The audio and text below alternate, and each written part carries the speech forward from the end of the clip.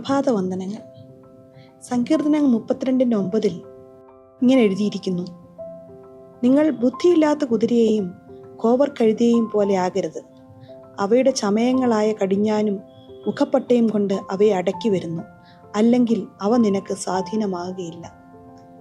നമ്മുടെ ജീവിതത്തിലും ചില കടിഞ്ഞാണുകൾ ഒക്കെ ഇടുവാനായിട്ട്, ചില മൂക്കുകയറുകളൊക്കെ ഇടുവാനായിട്ട് നമുക്ക് പരിശുദ്ധാത്മാവിനെ നമുക്ക് അനുവദിക്കാം.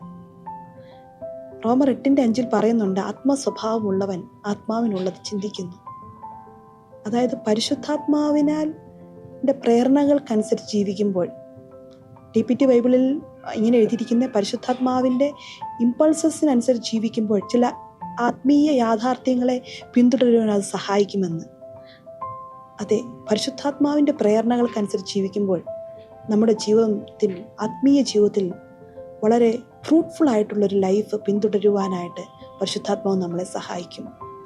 അതുകൊണ്ട് തന്നെ നമ്മൾ ഇന്ന് മുതൽ പരിശുദ്ധാത്മാവിനെ നമ്മുടെ ജീവിതത്തിൽ ഗൈഡ് ചെയ്യുവാനായിട്ട്, നമ്മളെ നിയന്ത്രിക്കുവാനായിട്ട് നമ്മൾ അനുവദിക്കാൻ തുടങ്ങിയാട്ടെ.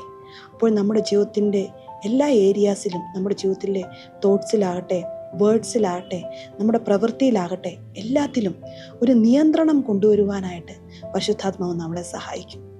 അതുകൊണ്ട് നമുക്കിന്ന് പ്രാർത്ഥിക്കാം, പരിശുദ്ധാത്മാവിനെ നിയന്ത്രിക്കപ്പെടുന്ന ഒരു ജീവിതത്തിൽ നയിക്കുവാനായിട്ട്, പരിശുദ്ധാത്മാവിന് സെൻസിറ്റീവായിട്ടൊരു ജീവിതം നയിക്കുവാനായിട്ട് ഹോളി സ്പിരിറ്റ് നമ്മളെ സഹായിക്കട്ടെ. ദൈവമായ കർത്താവെ, ഞങ്ങൾ ഒരുമിച്ച് പ്രാർത്ഥിക്കുന്നു. ഞങ്ങളുടെ ജീവിതം പൂർണ്ണമായിട്ടും പരിശുദ്ധാത്മാവിൻ്റെ പ്രേരണകൾക്കനുസരിച്ച് ജീവിക്കുവാനായിട്ട്, പരിശുദ്ധാത്മാവിൻ്റെ ഗൈഡൻസിനനുസരിച്ച് ജീവിക്കുവാനായിട്ടുള്ള, ഏൽപ്പിച്ചു കൊടുക്കുവാനുള്ളൊരു കൃപ അങ്ങ് തരണം.